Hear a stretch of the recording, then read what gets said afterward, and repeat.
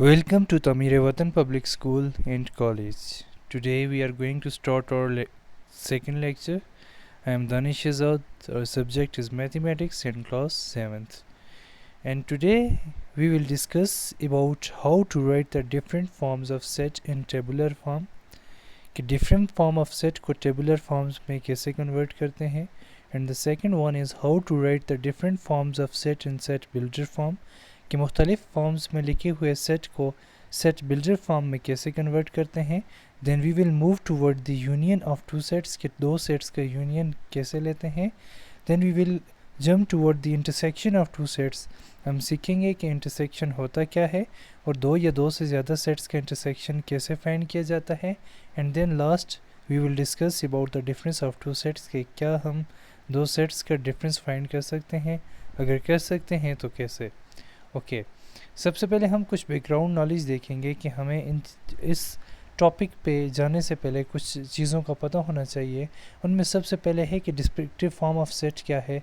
And we know that if a set is defined with the help of statement is called descriptive form of set. कि जब set को statement की form में लिखा गया हो या फिर किसी स्टेटमेंट से डिस्क्राइब किया गया उसे, तो ऐसे सेट को हम डिस्क्रिप्टिव फॉर्म ऑफ सेट कहते हैं. इसकी एग्जांपल्स हैं हमारे पास. एक सेट एस है, set of names of weeks, and the second one is D, set of the natural numbers. तो ये देखें हमने एक स्टेटमेंट की फॉर्म में दो सेट्स लिखे हुए हैं. एक सेट एस है, set of the names of the week, and the second one is D, set of the natural numbers.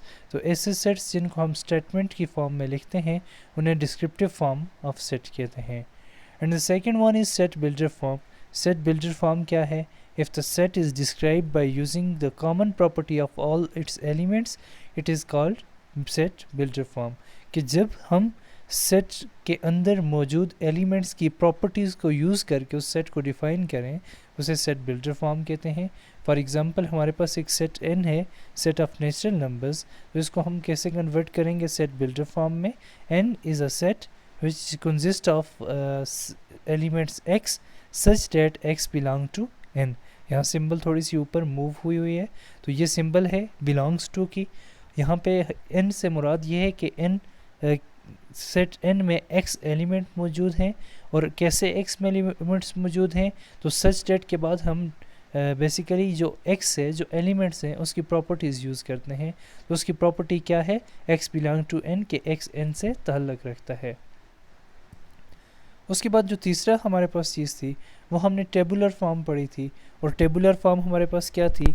If we list the elements with in the braces and separate each element by using a comma, it is called tabular or roster form. कि जब हम set के elements को braces में लिखते हैं, list की form में ब्रैकेट्स में लिखते हैं और उनको एक दूसरे से कामा की मदद से सेपरेट करते हैं तो ऐसी फॉर्म को टेबुलर फॉर्म कहते हैं. फॉर एग्ज़ाम्पल हमारे पास एक सेट डी है 1 2 3 4 एंड 5 जिसमें हमारे पास मौजूद हैं फर्स्ट 5 नेचुरल नंबर्स और इनको देखें हमने ब्रैकेट्स के अंदर इनक्लोज किया हुआ है और उसके बाद कामा की मदद से सेपरेट किया हुआ है ईच एलिमेंट को. एंड द सेकंड वन हमारे पास वी है, set of the words of English alphabet. और हमने क्या किया हुआ है, इसको ब्रैकेट्स के अंदर लिखा हुआ है और उसके बाद हर एलिमेंट को कामा की मदद से सेपरेट किया हुआ है. And now we will moving toward our today's task कि हमने कन्वर्ट करना है डिफरेंट फॉर्म्स को टेबुलर फॉर्म में. तो हमारे पास एक्सरसाइज 1.1 का क्वेश्चन नंबर 2 है, write the following sets in tabular form. And you can see that we have 6 questions and we have to convert these questions in tabular form while these are written in set builder and descriptive form. तो हम इसका पहला part start करते हैं. Part 1 है जिसमें हमारे पास एक सेट है a letters of the word hockey. अब देखें स्टूडेंट्स, आप ऑब्ज़र्व करें कि ये सेट किस फॉर्म में लिखा हुआ है. तो सबसे पहली फॉर्म हमारे पास होती है स्टेटमेंट जिसमें दी गई होती है और वो होती है डिस्क्रिप्टिव फॉर्म. तो ये सेट हमें डिस्क्रिप्टिव फॉर्म में दिया हुआ है तो हम इसको कन्वर्ट करेंगे टेबुलर फॉर्म में. तो देखें इसको कैसे कन्वर्ट करेंगे. तो देखें स्टूडेंट्स, यहाँ पे हमारे पास सेट है. कौन सा सेट है, letters of the word hockey. जो हॉकी है उसके लेटर्स, अब उस वर्ड के लेटर्स अब देखें यहाँ पे हॉकी जो है वर्ड, इसमें कौन कौन से लेटर्स यूज़ किए हुए हैं। जब उनको हम लिस्ट की फॉर्म में लिखेंगे तो देखें A is equal to H comma O comma C comma K comma E and Y. अब हमने हॉकी को लिस्ट की फॉर्म में लिखा तो ये हमारे पास सेट बिल्डर फॉर्म आ गई। ये क्वेश्चन नंबर 2 का पार्ट 1 है। नेक्स्ट हमारे पास क्वेश्चन नंबर 2 का पार्ट 4 है, जिसमें हमारे पास क्वेश्चन है डी एक सेट है मल्टीपल्स ऑफ 5 लेस देन 30। तो हमने इसे कन्वर्ट करना है टेबुलर फॉर्म में। तो देखिए इसमें हमारे पास कंडीशन भी गिवन है, एक सेट है जो कि मल्टीपल्स ऑफ 5 हैं और दूसरी कंडीशन है कि लेस देन 30 हैं। तो इसका आंसर क्या होगा? जब टेबुलर फॉर्म में हम कन्वर्ट करेंगे तो हमें पता है कि सेट के मल्टीपल्स कौन से होते हैं, मींस ऐसे तमाम के तमाम एलिमेंट्स जो कि 5 के टेबल में आते हैं। For example 5 1 are 5, 5 2 are 10, 5 3 are 15 and so on, but less than 30। तो ये हमारे पास एक सेट D बनेगा in which we have total 5 elements. The first one is 5 because 5 is the multiple of 5 itself, and the second one is 10 because 5 2s are 10, and the third one is 15 and 20, and last 25. We cannot include 30 in this set because we have to write all the multiple of 5 that are less than 30. Now we will move toward next question number 2 part 6, in which we have the question is given in set builder form, and the symbols are slightly moved above the question, and you have to be very conscious while writing these symbols. तो ये हमारे पास एक question है f is equal to x such that अब properties use हो रही हैं x belong to z and -7 is less than x is less than -7। अब हमारे पास एक सेट बिल्डर की फॉर्म में एक क्वेश्चन गिवन है जिसमें हमारे पास एक सेट f है जिसमें x एलिमेंट्स मौजूद हैं, और x की प्रॉपर्टीज़ क्या हैं कि पहली प्रॉपर्टी ये है कि x बिलोंग करता है z सेट ऑफ इंटीजर्स को। दूसरी प्रॉपर्टी क्या है कि x ग्रेटर है -7 से, and the third one is x is less than -1 कि -1 से x छोटा है और -7 से बड़ा है। तो हमारे पास इसका क्या होगा आंसर? ये हमारे पास एक टेबुलर फॉर्म आएगा जिसमें x -7 से सारे ग्रेटर नंबर्स होंगे और -1 से सारे छोटे होंगे। तो ये हमारे पास एक सेट f है जिसमें -6 -5 -4 -3 and -2। This is the answer. तो ये थे कुछ क्वेश्चंस जिसमें हमने different forms of the set को टेबुलर फॉर्म में कन्वर्ट किया। अब जो इस क्वेश्चन के रिमेनिंग पार्ट हैं, and you have to solve these questions. Okay, now we will move toward the question number 3 of exercise 1.1, in which we have to write the different sets in set builder form, and you can see that कि हमारे पास question number 3 में total 10 parts हैं जिनमें से कुछ parts मैं करूँगा और बाकी आपने करने हैं। ओके ये स्टूडेंट्स, क्वेश्चन नंबर 3 का पार्ट 1 है। एक सेट A गिवन है जिसमें हमारे पास 5 एलिमेंट्स मौजूद हैं, 1 2 3 4 एंड 5। एंड सबसे पहले आपने ये ऑब्ज़र्व करना है कि जो क्वेश्चन गिवन है, क्वेश्चन में जो सेट है वो किस फॉर्म में है। तो डियर स्टूडेंट्स, ये किस फॉर्म में है? ये लिस्ट की फॉर्म में है। इसमें हर एलिमेंट्स को कामा की मदद से सेपरेट किया हुआ है। So this set is written in the form of set builder, and we have to tabular form, and we have to convert this set in set builder form. तो इसको कैसे कन्वर्ट करेंगे? x such that x belong to n and x is less than 6। इसके बाद next हमारे पास question है question number 3 part 5, in which we have to write z set of all integers। तो इसका आंसर हमारे पास क्या होगा? x such that x belong to z, and you again observe that a symbol is slightly moved upward। okay, अब यहाँ पे देखें, जो पहले हमें क्वेश्चन गिवन था वो z था, और वो किस फॉर्म में गिवन था? वो डिस्क्रिप्टिव फॉर्म में गिवन था। And now we have to convert this in set builder form. तो सेट बिल्डर फॉर्म में हम सिंबल्स यूज़ करते हैं और प्रॉपर्टीज़ को यूज़ करते हैं उनके एलिमेंट्स की। नेक्स्ट हमारे पास क्वेश्चन नंबर 3 का पार्ट 6 है जिसमें हमारे पास एक क्वेश्चन गिवन है, L जिसमें हमारे पास जो कि हमारे पास टेबुलर फॉर्म में है, and you will observe that each element of the set L is the multiple of 5 and the first element is 5 1 is 5 and the second element is 5 2 is 10 and the third one is 5 3 is 15 and so on.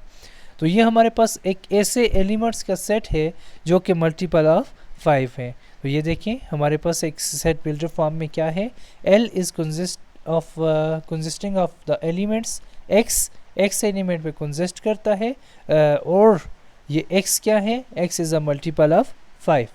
Okay dear students, now we will move toward the union of two set कि हम दो sets का union कैसे लेते हैं. तो सबसे पहले आपको पता होना चाहिए कि वर्ड यूनियन से मुराद क्या है. तो वर्ड यूनियन से मुराद टू यूनाइट, टू यूनिक करना, इकट्ठा करना. तो देखिए हमारे पास यूनियन ऑफ टू सेट्स से मुराद क्या है. देखें the union of two sets A and B is a set. सबसे पहली चीज़ क्या है कि जो यूनियन होगा A और B सेट का वो एक ऐसा सेट होगा consisting of all the elements which are in set A or in set B or in both sets. हमारे पास यूनियन ऑफ टू सेट्स एक ऐसा सेट होगा जिसके अंदर सेट A के भी तमाम एलिमेंट्स मौजूद होंगे, सेट B के भी तमाम एलिमेंट्स मौजूद होंगे और A और B दोनों सेट्स के तमाम एलिमेंट्स हमारे पास union of two sets set के अंदर मौजूद होंगे. या फिर हम ऐसे कह सकते हैं कि यूनियन ऑफ सेट हमारे पास एक ऐसा सेट होगा जिसके अंदर हम A के भी एलिमेंट लिखेंगे और B के एलिमेंट भी लिखेंगे. अब यूनियन ऑफ सेट्स को हम डिनोट करते हैं A union B and capital U like symbol है एंड इसे रीड आउट करते हैं A यूनियन B. अब हम इसको यूनियन ऑफ टू सेट्स को एग्जांपल्स की मदद से क्लियर करेंगे. तो इसमें हमारे पास सबसे पहली एग्जांपल है इफ़, जिसमें हमारे पास दो सेट्स हैं, जिसमें पहला सेट है if A equal to AEIO. एक सेट A है जिसमें हमारे पास 4 एलिमेंट्स मौजूद हैं एंड उसके बाद सेट B है जिसमें हमारे पास 3 एलिमेंट मौजूद हैं. हमने फाइंड आउट करना है A यूनियन B, A और B सेट का यूनियन फाइंड करना है. तो देखें डियर स्टूडेंट्स हम कैसे फाइंड करेंगे. अब देखिए A सेट है जिसमें हमारे पास 4 एलिमेंट्स हैं AEIO. उसके बाद सेट B है जिसमें हमारे पास 3 एलिमेंट हैं A B and C and we have to find A union B. A union B find करने के लिए सबसे पहले हमने A यूनियन B लिखना है. उसके बाद सेट A जो कि हमारे पास 4 एलिमेंट्स पर मुश्तमिल है AEIO एंड उसके बाद यूनियन एंड यूनियन के बाद अगेन हमने सेट B लिखना है. तो देखिए हमारे पास हमने सबसे पहले सेट A को देखना है. तो सेट A में A मौजूद था तो हमने A को A यूनियन B के सेट में लिख दिया. उसके बाद सेट A में E मौजूद था तो हमने E को A यूनियन B के सेट में लिख दिया. And then I is also present in set A, so we must have to write this I in the set of the union of these two sets. और उसके बाद O भी A में मौजूद था तो O भी हमने लिख दिया यूनियन के सेट में. और नेक्स्ट देखें अब B पे आए. B में 3 सेट हैं, 3 एलिमेंट्स हैं तो A B C. अब A हमने ऑलरेडी A यूनियन B में लिखा हुआ है. अब remainings two B and C जो हैं वो हमने उठा के सेट ऑफ यूनियन में लिख दिया. तो इस तरीके से हमने यूनाइट कर दिया A और B को, A सेट और B सेट को. तो हमारे पास सेट A यूनियन B मौजूद में आया. अब नेक्स्ट जो है हमारे पास एग्जाम्पल नंबर 2 है जिसमें हमारे पास दो सेट्स हैं. एक सेट M है and the second one is N. एक सेट M जो है इसमें हमारे पास 5 एलिमेंट्स मौजूद हैं 1 2 3 4 एंड 5. एंड जो सेट N है उसमें हमारे पास 4 एलिमेंट मौजूद हैं 1 3 5 एंड 7 और हमने फाइंड आउट करना है A यूनियन B. तो सेम वही सिचुएशन, वही सॉल्यूशन है कि हमने पहले M को लिखना है जिसमें हमारे पास 5 एलिमेंट्स मौजूद हैं 1 2 3 4 एंड 5. उसके बाद हमारे पास सेट N है जिसमें हमारे पास 4 एलिमेंट्स मौजूद हैं 1 3 5 एंड 7. अब M यूनियन N क्या होगा. M यूनियन N के बाद हमने सबसे पहले लिखना है सेट M को और उसके बाद यूनियन की सिंबल डालनी है which is U like symbol. And उसके बाद 1 3 5 7 मीन्स कि हमने सेट N लिखना है. तो M यूनियन N क्या होगा. हमने सबसे पहले एम सेट के 5 एलिमेंट्स उठा के रखने हैं यूनियन के सेट में. 1 2 3 4 5 are present in set M, so we must have to write this element in the set of union. और उसके बाद हमारे पास सेट्स हैं. सेट जो n है उसके 4 एलिमेंट्स हैं 1 3 5 एंड 7. 1 3 5 जो है ऑलरेडी मौजूद है. उसके बाद 7 is the only element of set n which is not present in m, so we'll write m 7 in the union of these two sets. और हमारे पास m union n एक ऐसा सेट आया जिसमें हमारे पास टोटल 6 एलिमेंट्स हैं. and you will observe that all the elements of m are present in the union of these two sets, and similarly all the elements of set n is also present in the set of the union of these two set. Okay, now we will move toward the intersection of two sets. And what does the word intersection mean? Intersections mean to intersect, to cut the common point of two lines or sets. Okay, so हमारे पास intersection क्या है? The intersection of the two sets A and B is a set consisting of all the common elements of set A and B. हमारे पास जो intersection है वो एक ऐसा set है जो कि सेट ए और सेट बी के तमाम कॉमन एलिमेंट्स पे मुश्तमिल होता है. Intersection of two sets is denoted by A intersection B and reached as A intersection B. Okay, हम अब इसको समझेंगे with the help of examples. तो हमारे पास एग्जांपल है जिसमें हमारे पास दो सेट हैं. एक सेट ए है जिसमें हमारे पास 5 एलिमेंट्स मौजूद हैं जो कि वॉल्स हैं ए ई आई ओ एंड यू. उसके बाद हमारे पास सेट बी है जिसमें हमारे पास अगेन 5 एलिमेंट्स मौजूद हैं ए बी सी डी ई. और हमने इन दोनों सेट्स का इंटरसेक्शन फाइंड करना है ए इंटरसेक्शन बी. तो हम कैसे फाइंड करेंगे सॉल्यूशन? सबसे पहले हमने दोनों सेट्स को लिखना है. उसके बाद A intersection B. A intersection B में सबसे पहले हमने सेट ए के तमाम एलिमेंट्स लिखने हैं जो कि हैं ए ई आई ओ एंड यू. उसके बाद हमने इंटरसेक्शन की सिंबल डालनी है. एंड इंटरसेक्शन की सिंबल डालने के बाद हमने सेट बी को लिखना है A B C D and E. अब ए इंटरसेक्शन बी क्या होगा? तो इंटरसेक्शन से मुराद हमने बताया था कि all the common elements of set A and B. तो देखिए यहाँ पे कॉमन एलिमेंट्स कौन से हैं. तो सेट ए में मौजूद है ए, तो सिमिलरली सेट बी में भी ए मौजूद है. And the second one is the elements E. E is present in set B and E is also present in set A. And the third one is I which is present in set A but I is not present in set B. The fourth one is O which is present in set A but absent in set B. The fifth one is U which is present in set A but absent in set B. So A and E are the only two elements which are present in both these two sets. तो हमारे पास intersection of these two sets क्या होगा? A and E.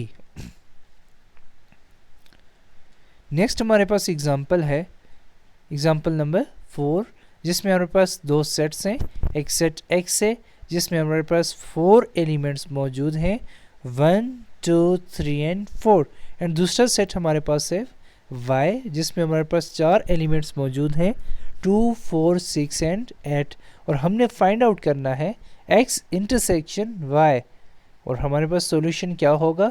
सबसे पहले हमने इन दोनों sets को लिखना है.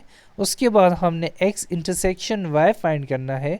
और x इंटरसेक्शन y फाइंड करने के लिए सबसे पहले हमने सेट a को लिखना है and then we will put the symbol of intersection and again we will write the set y.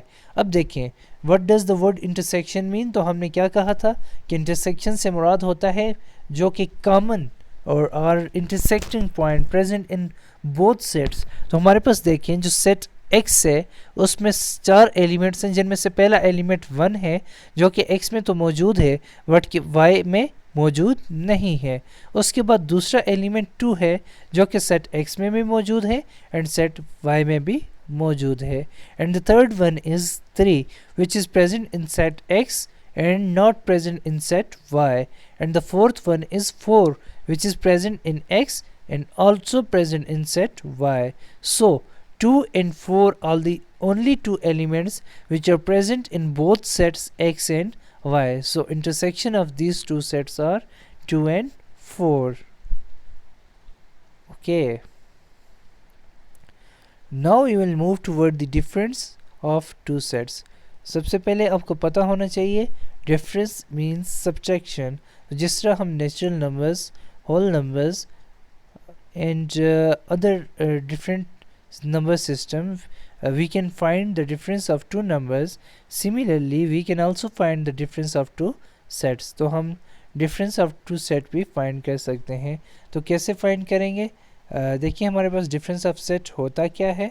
Difference of two set से मुराद है कंसीडर डेट कि हमारे पास दो सेट्स हैं ए एंड बी और any two sets then A difference B is the set of all those elements of set A which are not the elements of the set B. तो उसी difference of set A से मुराद A के वो तमाम के तमाम elements जो कि B में मौजूद ना हो. For example, you have 12 color pencils and your friend has only 3 color pencils and you have to give and your friend borrow 6 color pencils from you and you have to give him 6 color pencil. कि जब आप अपने 12 colours pencil में से 6 colour pencil अपने दोस्त को दे देंगे तो उस दोस्त के पास वो 6 कलर पेंसिल्स मौजूद होंगी और आपने वो कलर्स पेंसिल्स लिखनी है जो कि आपके पास मौजूद हैं और आपके दोस्त के पास नहीं है. ओके. या फिर आपने वो कलर्स पेंसिल लिखनी है जो कि आपके पास मौजूद हैं, आपने अपने दोस्त के साथ शेयर नहीं की. ओके. नेक्स्ट हम इसी तरह डिफरेंस ऑफ टू सेट्स को डिफाइन कर सकते हैं. B difference A is the set of all the elements of B that are not the elements of set in the set A. Okay. B difference A से मुराद B के वो तमाम के तमाम एलिमेंट्स जो कि सेट बी में तो मौजूद हों बट ए में मौजूद ना हो. We will solve this with the help of example and you must know that difference of two set is represented by a minus b or a slash b and studies are pronounced as a difference b. okay. for example हमारे पास example है जिसमें हमारे पास दो sets हैं. एक set a है और दूसरा सेट b है. सेट a है जिसमें हमारे पास 3 एलिमेंट हैं 1, 3 एंड 6 और उसके बाद हमारे पास सेट B है जिसमें हमारे पास 5 एलिमेंट्स मौजूद हैं 1, 2, 3, 4 एंड 5. और हमने फाइंड क्या करना है, हमने A डिफरेंस B भी फाइंड करना है and B difference A. So first of all we will find A difference B. तो हमारे पास सेट A क्या है, सेट A है जिसमें 3 एलिमेंट्स हैं 1, 3 एंड 6. उसके बाद सेट B है जिसमें हमारे पास 5 एलिमेंट्स मौजूद हैं 1, 2, 3, 4 एंड 5. तो difference of these two sets क्या होगा कि A के वो तमाम एलिमेंट्स जो कि B में मौजूद ना हो, A माइनस B. तो देखें डियर स्टूडेंट्स जो A में 1 मौजूद है वो 1 मौजूद है सेट में B में भी and the second one is A में मौजूद है 3 which is also present in set B and the third one is 6 which is present in set A but not present in set B. So the difference of these two sets is a singleton set having only one element 6. तो देखिए let's suppose कि दो friend हैं, एक friend A है एक friend B है. एक फ्रेंड के पास जो फ्रेंड A है इन लोगों के पास टोटल 6 पेंसिल्स हैं जिनमें से ये जो कॉमन पेंसिल्स हैं 2 आपस में शेयर करने. ए के पास कौन सी ऐसी पेंसिल है जो कि वो बी के साथ शेयर नहीं कर रहा. तो देखें ए के पास जो 1 नंबर पे पेंसिल है वो बी नंबर के साथ वो शेयर कर रहा है. जो सेकंड नंबर पे 3 नंबर की पेंसिल है वो भी बी के साथ शेयर कर रहा है. लेकिन 6 एक ऐसी पेंसिल है ए के पास जो कि बी के साथ वो शेयर नहीं कर रहा. Now we will solve the its part B. तो पार्ट बी में हमने b माइनस ए फाइंड करना है. तो b के पास टोटल 5 एलिमेंट्स हैं 1, 2, 3, 4 एंड 5 एंड एक हमारे पास है 1, 3, 6. तो b minus a means all the elements of set b which are present in set b but are absent in set a. तो ऐसे कौन से elements है? These are 2, 4 and 5. 2, 4 and 5 are the elements of set b but not present in set a. So this is the difference of these two sets. Thank you.